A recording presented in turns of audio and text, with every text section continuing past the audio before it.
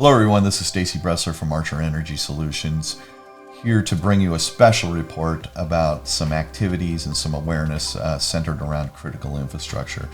This is being born out of the conflicts that are growing and the growing tensions around the Ukraine and Russia conflicts, what's happening with NATO and the United States involvement in that. All that has got people thinking about the what ifs. In particular, our federal government, through the CISA under the Department of Homeland Security, is issuing a number of warnings of late and concerns about the possibility of a cyber attack born out of these conflicts, and what would we do or what can we prepare for related to a state-sponsored attack. There are a number of things that are on the website, the CISA website, which I have a link right here, which they recently bannered as Shields Up. It's a great site with a number of links to other information that you will want to take a look at. Spend some time on there. It's good reads. It's good things to think about and things that are actually actionable. What we wanted to do here at Archer is highlight some key points you might want to think about as this activity conflict starts to rise more, and maybe the likelihood of a cyber attack towards critical infrastructure would be a higher risk. In particular, we have 5 points we want to make. One of them is just general cyber hygiene check. It's always a good idea to do that on a regular basis, but in this particular scenario, you might want to take a layer down. Look a little deeper into your remote access controls. Look a little deeper at those perimeter controls you have that are supposedly protecting your most critical crown jewels, per se.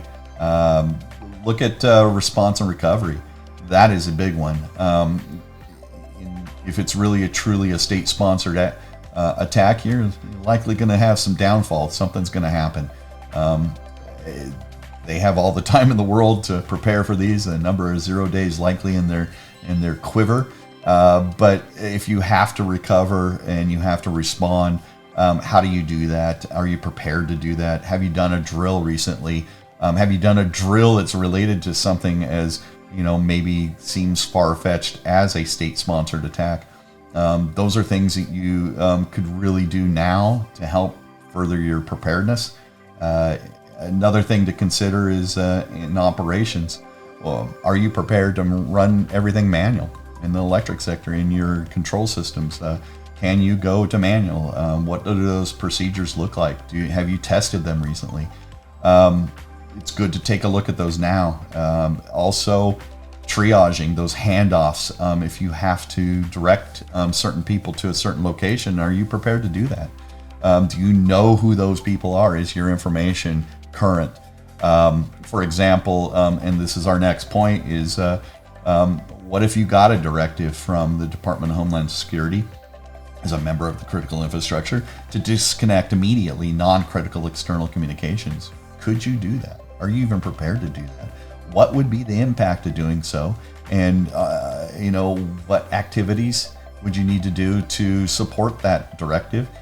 And also, who is it? Who would you triage that to? Likely somebody in your IT department, probably somebody in your operations, maybe a combination of those two. But these are the things you should be thinking about. And this is a great time when we do have something like this going on, and there is knowledge of potential heightened tensions.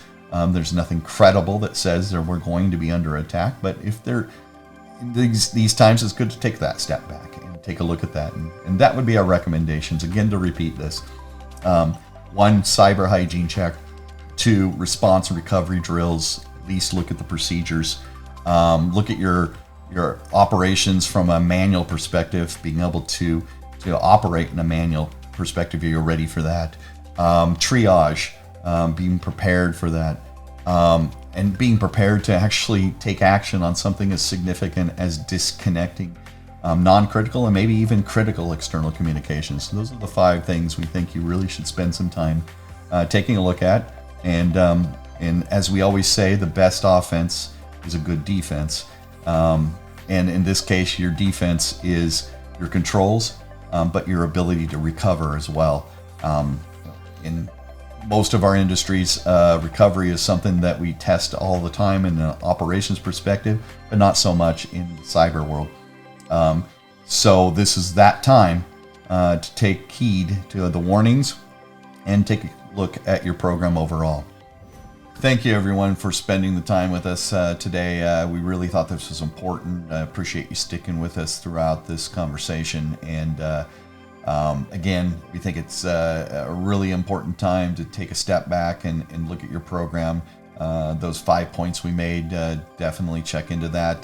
Don't forget to go to the CISA website and read through that. It's a quick read. There's a number of links that take you to a number of different things that I think you'll find valuable. And again, we really appreciate your time. Thank you very much. Have a great day. This has been a special report. If you have any questions or would like to learn more about how Archer can help you, visit us on the web at archerint.com.